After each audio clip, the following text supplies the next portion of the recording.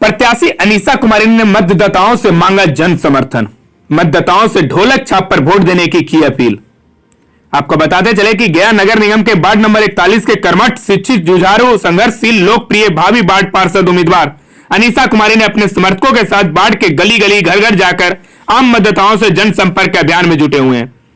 उन्होंने कहा कि चुनाव जीतने के बाद अपने वार्ड को आदर्श वार्ड बनाएंगे। हमारा मूल्य लक्ष्य वार्ड नंबर 41 में विकास की गति को बढ़ाना है। वे कई मोहल्लों में जाकर मतदाताओं से चुनाव चिन्ह ढोलक छाप पर अपना बहुमूल्य मत देने की अपील किया। वहीं भावी वार्ड पार्षद प्रत्याशी अनीसा कुमारी के पति सह समाज सेवी संदीप कुमार मिश्र ने बताया कि वार्ड में अधूरे काम को पूरा करने के लिए चुनावी मैदान में मैं अपनी पत्नी को उतारा हूं। अगर एक बार जनता का आशीर्वाद मिला तो वार्ड में विकास की धारा बहेगी।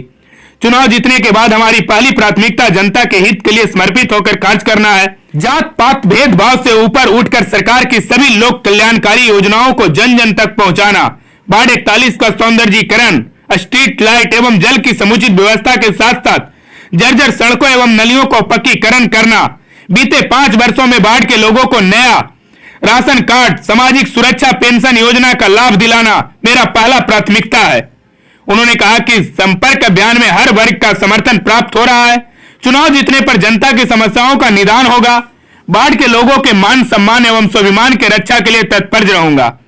हाथ जोड़कर कहा कि हर पल रहेगा एक ही प्रयास, वार्ड नंबर 41 का करेंगे चौमुखी विकास। 41 के जो भी सरकारी योजना है वो बिना भेदभाव के मैं हर एक जन जन तक पहुंचाना चाहती हूँ। यही मेरा मोटिवेशन है। और भी कई योजनाएं जो धरातल पर बाकी है उसको किस तरह से आप पूरा करेंगे? और बिना भेदभाव के जो भी है वो मैं कर सकती हूँ, वो मैं करूँगी।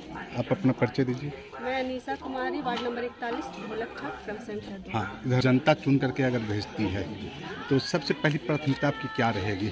देखिए, हमने जैसा कि आप जानते हैं मुझे पूर्व से भी कि मैं हर तरीके की समाज सेवा में और हर तरीके के कार्य में बढ़ चढ़ करके हिस्सा लेता आया हूँ और लेता ही रहता हूँ।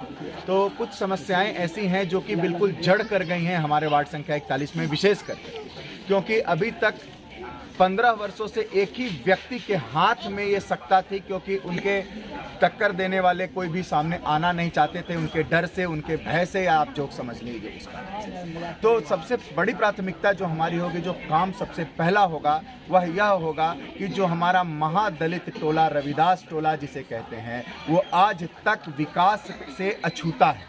विकास नाम की एक भी चीज आज तक रविदास टोला के लोगों तक नहीं पहुंची है।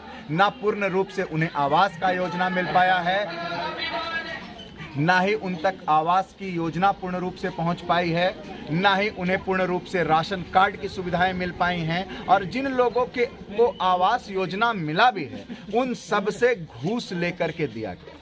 आवास योजना वार्ड संख्या 41 की जिस भी जनता तक पहुंची है, उन सब जनता को पर इंस्टॉलमेंट 10 से 20 हजार यानी 3 इंस्टॉलमेंट में 30 से 40 हजार रुपए उन्होंने निवर्तमान वार्ड पार्षद को भुगतान किया है, तभी उन लोगों को वो पैसे। चुनाव के वक्त सब कोई वादा करता है, लेकिन फिर जनता ज्यों का त्यों रहता है और प्रत्याशी ऊपर बढ़ते जाते हैं। देखिए, सबसे जो बड़ी बात है, मैं किस तरह से हूं, मैं अपना पहले तो आपको परिचय दे दूं।